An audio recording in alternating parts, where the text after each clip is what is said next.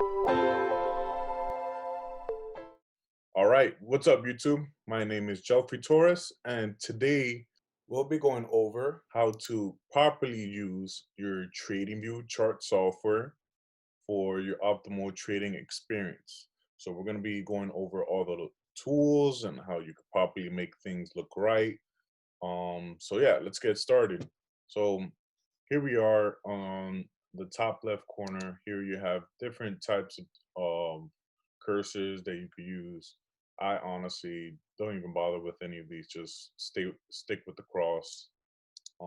Here we are with more of linear tools, just simple lines. You change the color of it here. Preferably, if you're using a white background, you could just color it black. And if you go here, let's see, in appearance, and change the background to black, then I would recommend just changing it to white. You know, that way you're going to be having easier time seeing it. So let's just keep the background white for now. So I would say of all these tools that you're likely to use, probably the trend line, let me change the color back. So you use the trend line to kind of measure overall bias. So for DXY, overall trend is downwards.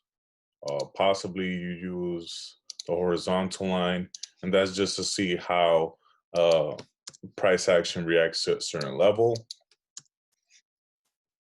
Another one will be the horizontal ray, which is one that I use a lot, and that's just to choose a specific spot. So let's just say there's a specific candle that you're interested in. You left click and it will place it from that candle on. That way it makes it easier for you to kind of see it, because within price action there could be a lot of noise. So this just brings your eye back to here, and all of these tools will show you at what price level is it at. And in terms of the rest, they're not really useful. So these are useful when these drawing tools are useful. So we got a brush. The brush is mainly for just like in general, just drawing things out when you're, let's say, in a video and you're just trying to explain something, or you just preferably like to draw things out manually than to use a tool that's more linear, like the trend lines or the rays. I like to use the rectangle just to show, how can I say, let's just say back to this candle, this is my area of interest. So let's just say I'm waiting for price to come back here. Let's just say it's like around this level here. Then I'll be anticipating, because I have that tool there, I'll be anticipating, a possible reaction here. So a cool thing that you could do with the rectangle is you could, so again, since we are using a white background, color it black, that way it's easier to see. And then you could color the inside of it, different colors. So here it's green, pink. I just use yellow because it's easier to see and you can increase the opacity of it. But I just try to keep it a little more transparent, but I am trying to have an easier time seeing it. Yellow stands out in a black background, in a white background. So that's why I use yellow for that. And then I'll say the last thing that's really useful here is the ellipse. I'm not too sure if my pronunciation is right, but yeah, you could use this to focus on certain areas that you like to have kind of like a circle or oval. That way your eye could just, grab onto that quickly. And similar to the rectangle, you could just color the outskirts black. And if the background is black, then you color it white. And same thing, inside you color it different colors. I just choose yellow because it's easier to see in a white background. Yeah, that's it for that. The rest are not really useful. Here, these are more of your kind of like your text and your labeling. So I'll just point out maybe, I'll say just 2 of these are useful. So I'll say just a plain text. Here you could change the font of it, right? And the color of the text, oh, sorry, the outside. Here's where you change the color of the text, but I'm just gonna leave it as black. And same thing of the interior. You can increase the opacity or decrease it. Like I said, I usually keep it lower. You could change the font. For the rest of the tools, you could go to this here. You clone or copy it if you so choose. You know, this is just like a regular, it's kind of like Photoshop in a way, where you could just bring things to the front or the back when you have like so many tools in the same spot like that, and you see that they both interfere with each other. But that's not really the case here in TradingView, at least not in my experience. And then for you to edit the text, you can either go to settings and do that, or double click on this, and you could say, I don't know, BOS, which stands for break of structure. Another one that I find useful, call out. So let's just say back to this candle here. You could click on your area of interest, drag the text out. No, let's make it a little bigger, that way it's easier to see. Color it green, why not? And you see, you can either do settings, or you could double click, same thing with the other text, and say AOI, area of interest. Okay. And that's it for that. I don't find the rest of these useful at all.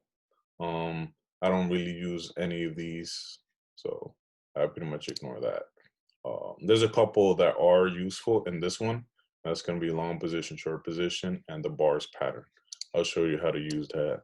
So let's go back to this here, this candle here. So let's say we were trying to short. So where you click will be your entry. Click, that's your entry marked. You see it here on the right side. So the red here is your stop loss, the green is your take profit. You could change the color of these. So let's just say I want my stop loss to be black, and I want my take profit to be pink. See, you could change that up to your heart's content. And here you could change the color of the text. Can't see if it's black because it's using, you know, I colored this black, so I'm gonna just leave it as it is.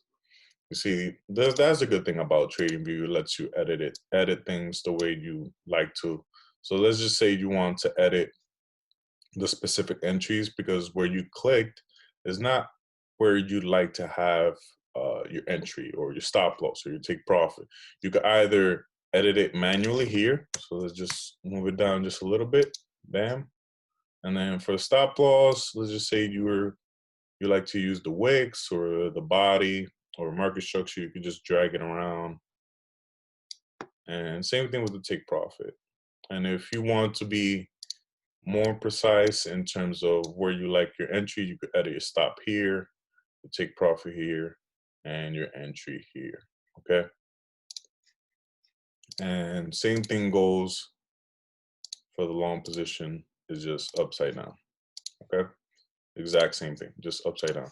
Now, another tool that I find useful personally, now let's just say that this here is my area of interest, and then I'm anticipating price to come back up here. So let's just use this replay tool here, right? If you have a premium account, you'll be able to use it.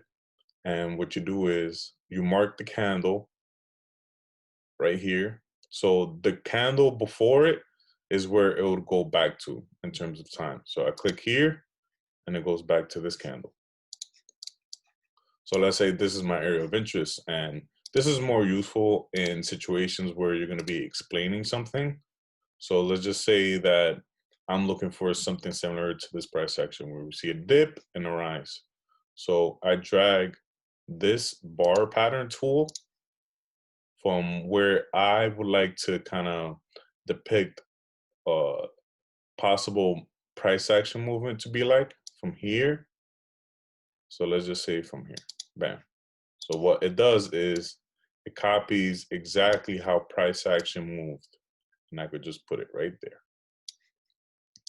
And you could color, you could choose whatever color you want. I would just leave it at purple. And as you can see, this serves very good for explanations, or if you just in general are searching for something and you just want something more visual. Okay. So let's see, a couple more things that you could do here is you could set alerts right here, but let me remove the replay. Okay, you could set alerts in terms of where you'd like Tradingview to alert you once price reaches a certain level. This is a more manual way of doing it. My preferred way of doing it is here. So you could drag the cursor around and about, and you'll notice on the right-hand side, you see that gray label showing what price level that is. And here, you could just either add an alert, or you could sell or buy if you're on paper trading. And I'll show you guys how to do that later, okay? So yeah, that's just for you, like if price were to pass that level, like let's just say like back up here, you want Tradingview to alert you once price gets there, add alert, and then once price, if it gets there, it will alert you, it'll send you a notification. Okay. If you so choose, you know, indicators are here. I don't specifically use any indicators, so I'm not really interested in this, but you know, for the video, I guess I'll do the I mean, I would just use RSI just to show you guys overall. So this is not really the indicator that I was going to put, but I would just show you guys. So your indicator will show up right here. If you don't want to see it temporarily, you could just press hide, and that hides the indicator. Press it again, it appears again. You can edit the colors. If the person who creates the indicator lets you, so it seems like this person lets you, so you'll be able to edit the colors. And you could put either inputs that you prefer, like if it was a moving average, you could change the average amount of candles used and such. And pretty much the only other useful toggle here is just the X to remove. Okay. And this here is just like little labels that you can make sense out of off your own. Like let's just say, you know, stop losses hit here, $, there's liquidity down here. You know, you could give all these different labels its own meanings. You know, price is on its way down, and once it's here, you like to see it come up. You know, these are just little visual things that kind of add blemishes to the chart. And if you so choose, you could use all of these. I'm not too fond of using too many of these, but if you so choose, you could go ahead. Okay. This here is the measuring tool. Measuring tool is simply just used to measure the amount of pips or points from one point to another. So if I were to say, I'm looking at this point of reference again, and I were to drag it down just because I'm curious, how far have we gone with the XY? And it seems with this, it even shows you the percentage. We've dropped 4.27% and about 428 points on DXY, or 42.8. And it also shows you the amount of time that it took. So let's just say I want to see how long price took to get from here to here. I just drag it out, and it took 8 days. And that's just subject to the time frame that you're in. But that's all useful information that you could use. There's about, I'll say, 4 more useful tools that I'll be going over. And yeah, so here, this is just stay in drawing mode. So it will just keep these locked. See how I keep drawing? And the only way I can stop it is by going back to the cursor, or if I just erase this and I draw one trend line, then that's it. Okay. I prefer, like, if I'm going to be analyzing and um, drawing a chart out, just keep this. This is gonna keep whatever drawing tool that you click, right? See how I'm still able to draw more.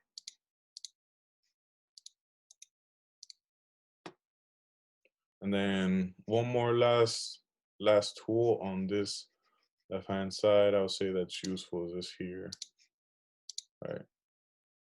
And what this one here is useful for is just when you want to keep one locked.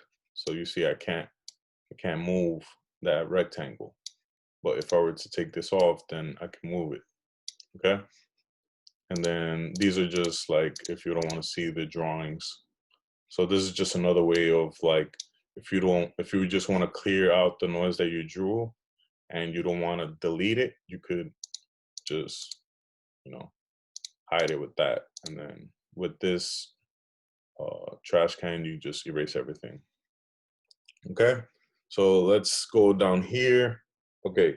So this over here, you don't really have to mess around with. You could just drag time here and drag price here. That I find more useful than to turn around with this, because it's kind of like all over the place. I would rather just stick to one time frame and let myself decide where I would like to, change the chart up, because this here would change your time frame, and it would also change where you're looking at in the market. So another useful tool here is the go to. This is to change the date that you're presently looking at. So let's say you want to backtest, like, I don't know, let's say NFP. You're curious what happened on NFP. So on April, so we go to that date, and here it is labeled, right? This was NFP on April. On the XY, seems like dollar was bullish in April. Okay. Let's see. I'll say there's about 2 more things. So you got write notes here, new notes, and you just type whatever information, like look at GPP JPY during London. Seems like price is headed towards my area of interest. Okay. And if you don't like the note, you could delete it, or you could just hide it like that, bring it back. Okay. And you could make new notes and go back to old ones. It's just, if you like to also backtest, you could use this for backtesting as well.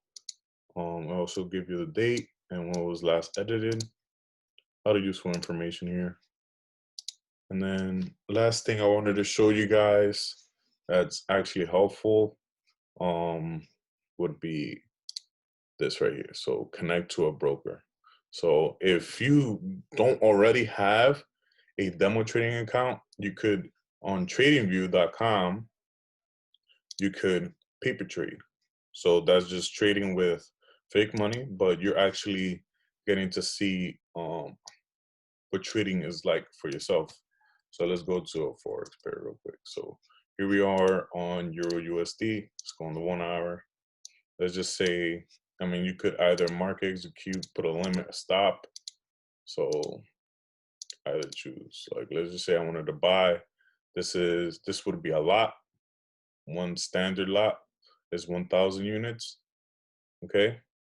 And with this, you could, edit the lot size, put whether you want to take profit or stop loss. You could also choose your percentage of risk, which I found very useful. So let's just say you always want to risk 1%. Then at edit, the amount of units for, to keep it proper. So it seems like we're at a 1-to-3 risk reward ratio, as you can see here.